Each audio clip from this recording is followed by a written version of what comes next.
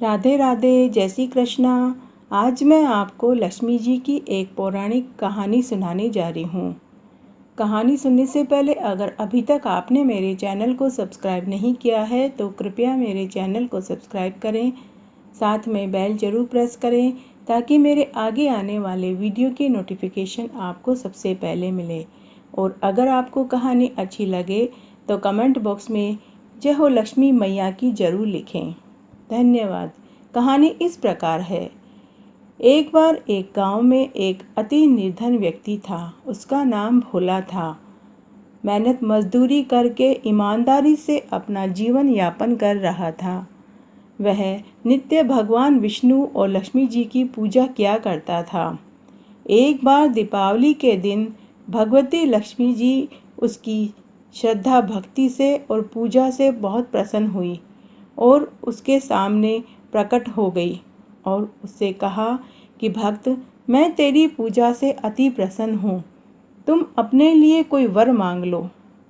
तब उस भोला ने माता लक्ष्मी से अपनी गरीबी दूर करने का उपाय पूछा।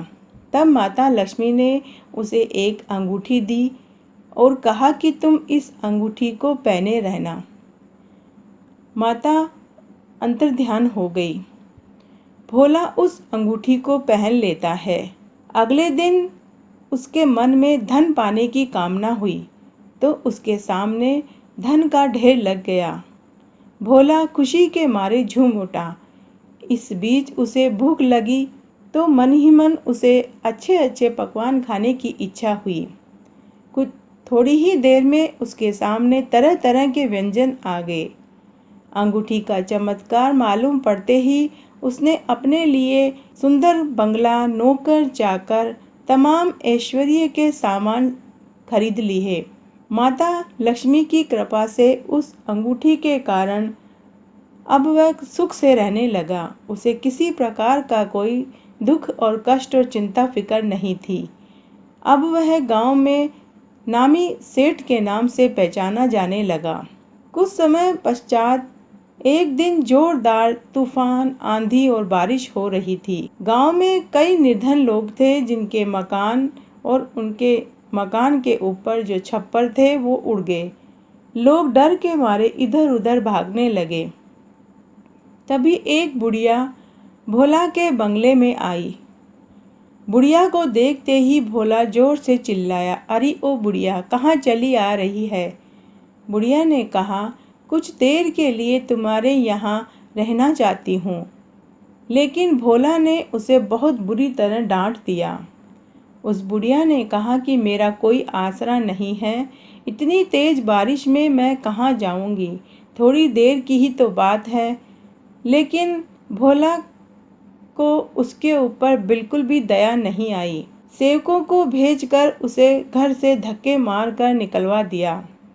तभी जोरदार बिजली चमकी और वह बिजली भोला के आलीशान मकान के ऊपर गिर गई। भोला का आलीशान मकान जलकर खाक हो गया और उसके हाथ की अंगूठी भी गायब हो गई। सारा वैभव देखते ही देखते राख के ढेर में बदल गया।